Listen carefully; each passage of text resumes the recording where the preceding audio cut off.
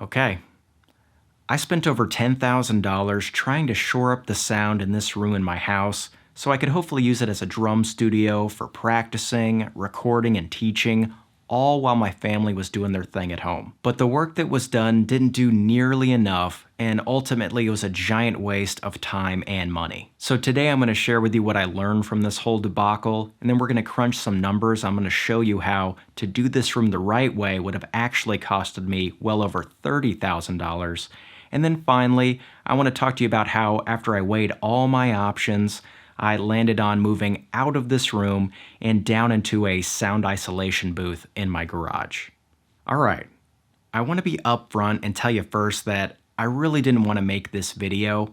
After all, this is a drum enthusiast, drum education channel, and not a drum studio soundproofing channel. So I did address the issue, but only briefly a couple weeks ago, where I explained to you guys that this room just wasn't working out, and that's why I wasn't making as many videos as of late, and I decided to move out. But I ended up getting a bunch of questions about what exactly went wrong with the build, and then I got a ton of other questions and comments from last week's video where I gave a tour of the sound booth and did some volume tests, and I just realized that there's a lot of confusion around soundproofing in general, and more importantly maybe, the costs associated with it. So since this is a drumming channel and we play a stupid loud instrument, this is an issue that we're all gonna face at a certain point, so I might as well address it head on in hopes that I can save some of you from getting into the trouble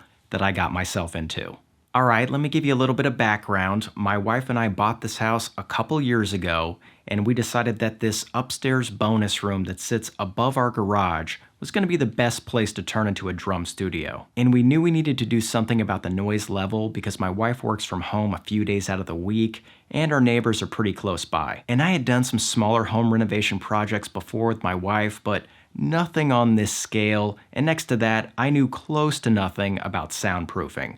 So I knew we were going to need some help. And I happened to know a fellow drummer who did some contracting work on the side and also claimed to have experience with soundproofing as well. And he was really convincing and said he would even cut us a deal on some of the labor and material costs, and I thought it all sounded great, so I hired him. We discussed our budget and my vision for the room, and I told him that I had about 10 grand to spend on the build and that I had two main goals. One, to take the volume down within the house, and two, to keep our neighbors happy next door. And I give him credit for this. He said at the time that with 10 grand, we just weren't going to be able to soundproof the room the traditional way, which is building a room within a room. And for those of you that don't know, the textbook way of soundproofing a room is by literally constructing a new room within it. That means building a subfloor, framing up new walls and a new ceiling, adding a bunch of insulation, and then making sure all of that is decoupled from the existing room so you don't transmit vibrations, and you have a little air gap in between the two rooms for added sound absorption. It's a huge undertaking, and I give him credit for being straight up and telling us that we just didn't have that in the budget. But here's where he messed up. He suggested that we could instead do a few more minor things that would still have a big impact and would keep us within our budget. To decrease the level of vibrations and pounding from my drums around the house, he recommended building the subfloor. To decrease the amount of sound getting to our neighbor's house, he recommended building a double wall on just this outer wall that faces their home. And one of my bright ideas that I proposed to him was to replace the glass doors that were here with solid corridors to stop some of that sound from spilling into our house. That'll stop it, right? Honestly, guys, I don't know what I was thinking with this. With his recommendation, we went for it, and a few months later, and yes, I did say a few months later, he finished and also added a couple things like some flooring and a coat of paint. And I took over and put up these acoustic panels, I laid some carpet down, and I put that thick curtain over the windows, all to just tighten up the sound within the room. And after all that and a few other various expenses, we were sitting between 10 and 15 grand all in for this room. And I was pumped about it. It looked great. Within the room, it sounded nice and tight. So I made a video for you guys, I broke down the entire process, and I thought we were off to the races. But It didn't take my wife and I long to see that this was a huge mistake. We were noticing maybe some marginal improvements here and there. Less vibrations, yes. Less noise going out to the neighbor's house, maybe yes. Less noise going into our house, absolutely not. And so, yeah, it wasn't anywhere close to what we were hoping for, and it was nowhere near being worth that kind of money. And as a result, over the past year, I've had to split my time in here between my acoustic kit and an electric kit.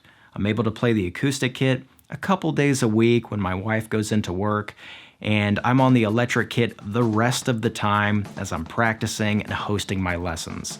And it just hasn't allowed me to get in the groove, and it's made the routine challenging. And let me be clear, this entire thing is on me and me alone. It was my call to hire this contractor, and I should have done a lot more vetting of him. I should have looked into soundproofing to make sure what he was telling me was true. And now that all the dust has settled a year or two later, and I've had the chance to do quite a bit of research into soundproofing, I've realized that that contractor I hired knew just enough to be dangerous.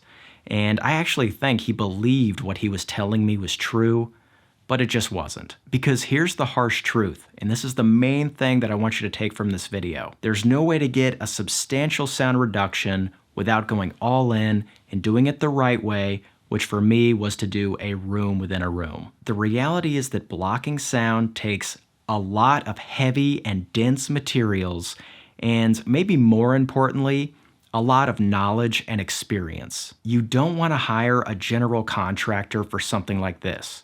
If you're going to hire this out, it needs to be with an experienced studio builder that's done a bunch of these.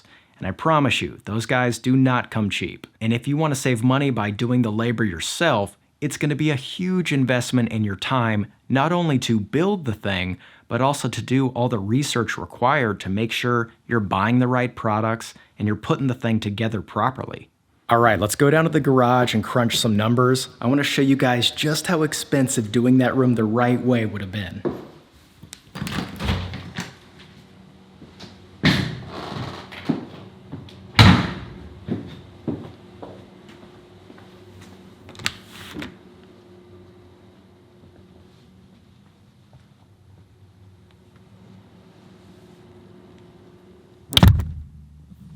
One of the best resources I found when I finally got around to researching soundproofing was this YouTube channel called Soundproof Your Studio. It's hosted by a guy named Wilson who lives out here in Nashville and actually built his own standalone studio and now does consulting for people that want to build their own studios as well. His channel has fantastic information, and one of the things that was a big eye-opener for me was this budget calculator that he came up with that I'll link to in the description box along with a couple other videos he's done that are real helpful.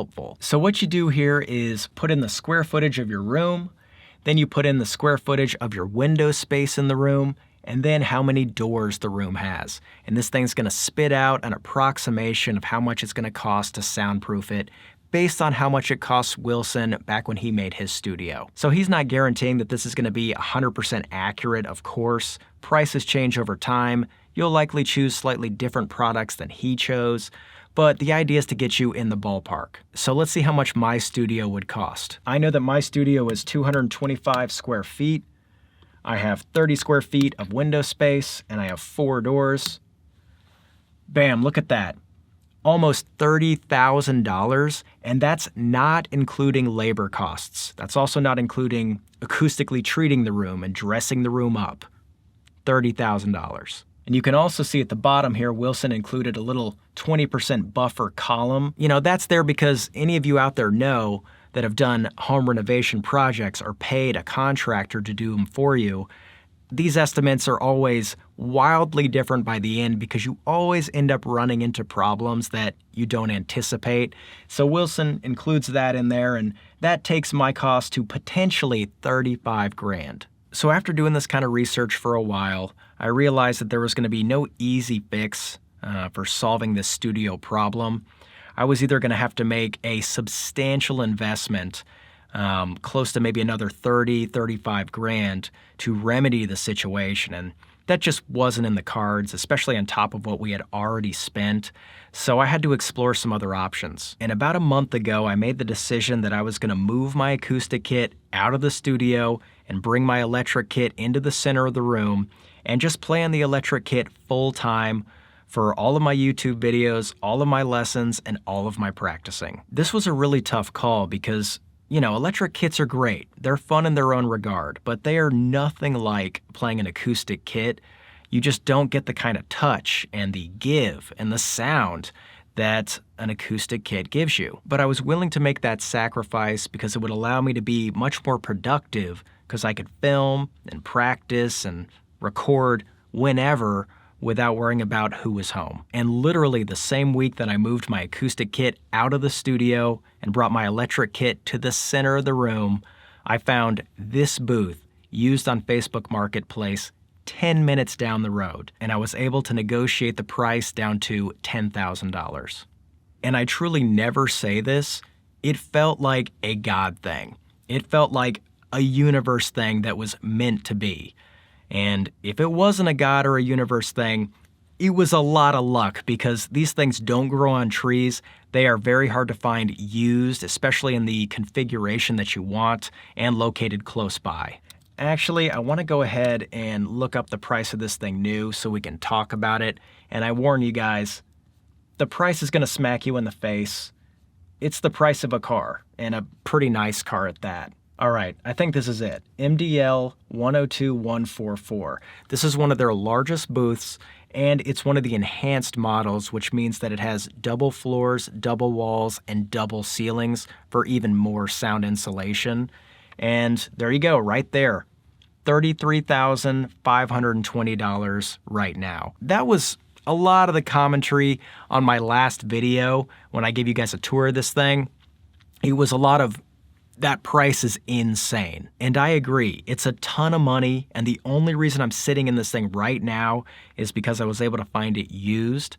But I have to say, I really don't think the Whisper Room's prices are unreasonable, especially considering what we just learned, that doing all the labor and building my own studio would cost about the same amount of money, about 30 grand. And maybe I would have been able to make the studio even more soundproof than this booth, though I do doubt it because this booth is in my garage and sitting on a concrete slab, and that's just a ton of mass to stop all the vibrations from the kid. It'd be very hard to do that in an upstairs room, I've learned. But let's say that's the case. I could make it more soundproof. Maybe it would have looked more professional on camera. Maybe it would have been more enjoyable to work out of than being down here in my garage. Maybe it would have sounded more natural for my drums than the tightness you get in this booth. All those things factored in, it would have still required a huge investment in either my time or a professional studio builder's time. And that's a lot of what you're paying for when you buy one of these booths. You're paying a premium, there's no doubt about it, but you're doing that because of the convenience factor. With one of these things, you order it online, it shows up to your house, you can build it in a day, and you're done. If you ever move, you can take this thing apart and move it with you. You can sell this thing at any time, and they hold their value really well on the market. There's just a lot of options with something like this versus soundproofing a room in your home, and it's not as easy of a decision as you might imagine. There are pros and cons to both. And I hope at this point in the video that my main point is really coming through, and that's that both of these options, both the soundproof room and one of these booths and other techniques that are out there, they all have one very important thing in common. They're very expensive. And I noticed some comments out there on my videos from people trying to convince everybody that, you can do this way cheaper. These booths are a ripoff. Soundproofing can be done for $1,500, $5,000. I'd be very skeptical of claims like that. It's funny, it reminds me of a lot of the more critical comments on drumming videos. Anytime someone's making a critique or kind of insulting a drummer's playing online, those comments always come from people that don't have any videos of themselves playing. They don't have any skin in the game. And I think a lot of these soundproofing comments are very much the same way. It's just talk. So that's going to do it for this one, everybody. I really hope that this helps you out. Please don't take anything I said today as gospel. I'm just a drummer who learned some things the hard way, and I'm trying to give you the warning that I wish I had. But do your own research and make your own judgment calls. That's what's important. And now it's time to put this whole thing behind me and get back to the drumming, which I'm really looking forward to. So thanks as always for watching. I really appreciate it, and I will see you all next time. You take it easy. Bye-bye.